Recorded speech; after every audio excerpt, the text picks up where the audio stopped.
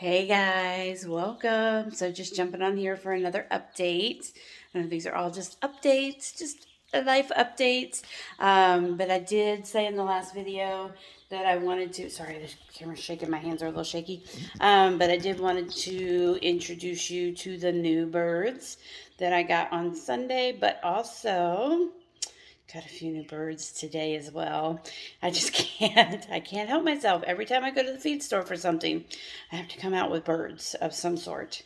So, these actually I am planning on raising for a friend of mine who is hoping to get into chickens soon.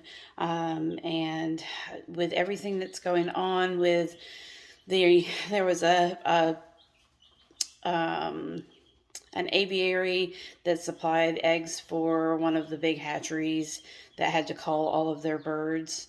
And with avian flu and the fires going on at food plants and everything else going on, not only is there going to be an increased demand for chickens and for chicken eggs, but there's also going to be a decreased supply. I mean, there's just no way around it. There will be a decreased supply in the eggs, the hatching eggs, as well as chicks, because even though these hatcheries are resupplying the egg producers with hatching eggs, or they're actually hatching the chicks out for them, they're resupplying the farms that are having to cull all of their birds because of the avian flu. It still takes, on average, 4 to 6 months for the first egg to be laid. So that means that not only is that hatchery going to have that many fewer eggs now because they're basically hatching them out for the aviary, but then that also means that it's going to be 4 to 6 months before those hatcheries actually get eggs again from those aviaries. So, guys, this is the reality of what's going on right now, unfortunately.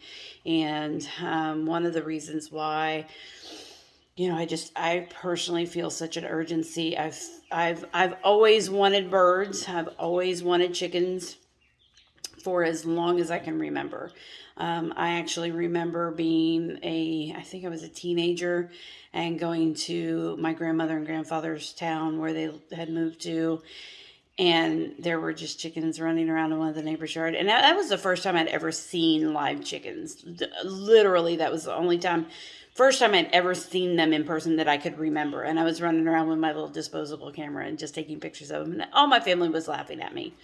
But even at that point in my life, I was the person that was most likely to have all the animals. Like, everybody knew it. I brought home all the box turtles. I brought home all the stray dogs and cats. Like, I was that kid. I was always that kid. So I've always wanted birds, and I just have felt the urgency lately, to get back into it, to really step up my game and, renew my flock, take back the flock that I had to give away 5 years ago when I moved into a subdivision, and just get back into it. I will more than likely never eat my chickens. That's just not something that I feel like I'll ever be able to do. Not to mention the fact that chickens over 6 months, 7 months of age really are not good for eating. So, I'm not raising them for meat, but I am raising them for their eggs. Eggs are a fantastic source of protein. You can actually feed eggs to other animals as a fantastic source of protein. Should that, happen at some point in the future, and I wind up with a lot of chickens and other animals as well, then I have something that I can help supplement my animals feed with. And at that point, I'll have a huge garden and be growing all of the things and everything, and be able to grow a lot of my own food as well. Because from some of the things that I'm hearing and seeing, there is shortage in the feed, and feed costs are going up just crazy amounts in some places, doubling in price. I used to pay, I think it was right around $14 for a 50-pound bag of feed, and now I'm paying $18. It's, and granted, that's inflation everywhere, but it's jumped in the last year.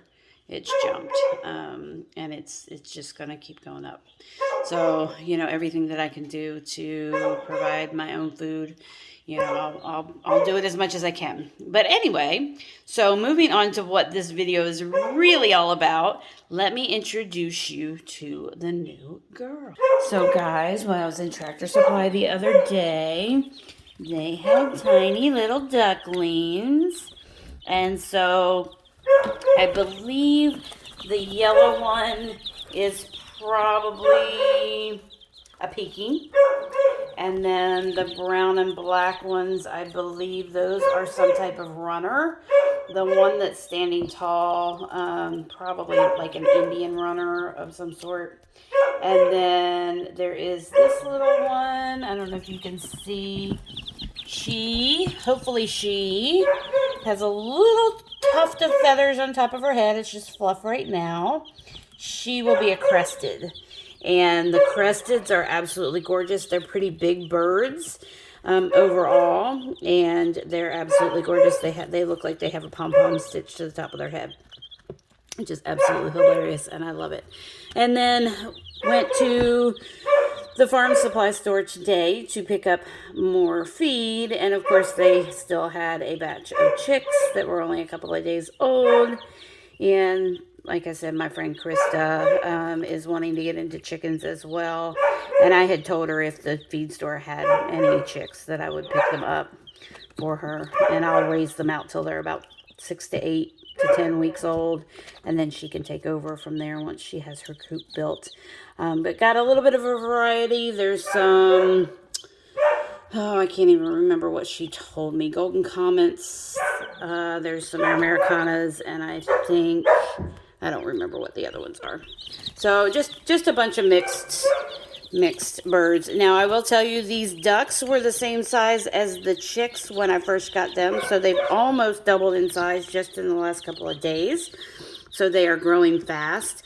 I won't keep them bedded together for very long, just because ducks tend, as they get bigger and older, they do tend to get pretty messy with their water, and I don't want the chicks to get cold and wet. The chicks are usually a lot messier with their feed than ducks are, so I don't want the ducks to wind up going without feed. So for the first couple of days, they'll be fine together. They'll snuggle together. They'll keep each other warm. And I've got this heat lamp on them still. I've found with ducks, they do, switch this back around, they do, funnily enough, ducks don't like cold, and chicks don't like heat. So that's another reason that I'll be separating them in a couple of days, because I won't be able to turn the heat lamp off of the chicks once they start feathering out, or even in just a couple of days. Usually I only keep the heat lamp on my chicks until they're about 5 days to a week old, and then I turn it off, because they literally don't like to be under the heat. Whereas the ducks, I think probably because they play in their water so much, the ducks really like to have the heat.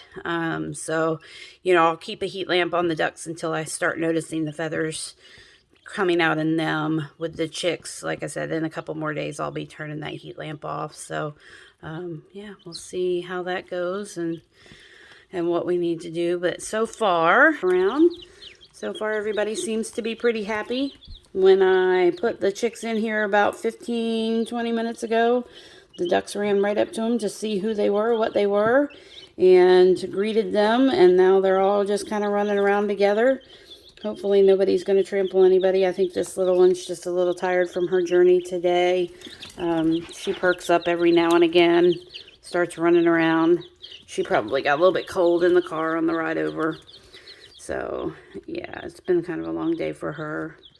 So, and then they're already kind of piling up in that corner together. So, yeah, I think everybody's going to get along well.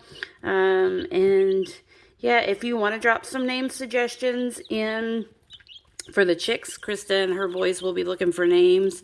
I will tell you, I did already name the ducks. I don't have them specific for each duck, but the names will be Eenie, Meanie, Miney. One of them is going to be Marilyn, named after a friend of mine who just passed away. And then Daffy and Daisy. So this one will probably wind up being Daisy, just because I really just kind of envision Daisy as being one with a poof on her head. I think Daisy Duck always wore a bow on her head, so the crested will probably wind up being the Daisy. But as far as the other ones, we'll just kind of see what their personalities look like as they grow up. So that's the update for you guys. Y'all have a great one. Talk to you soon. Bye-bye.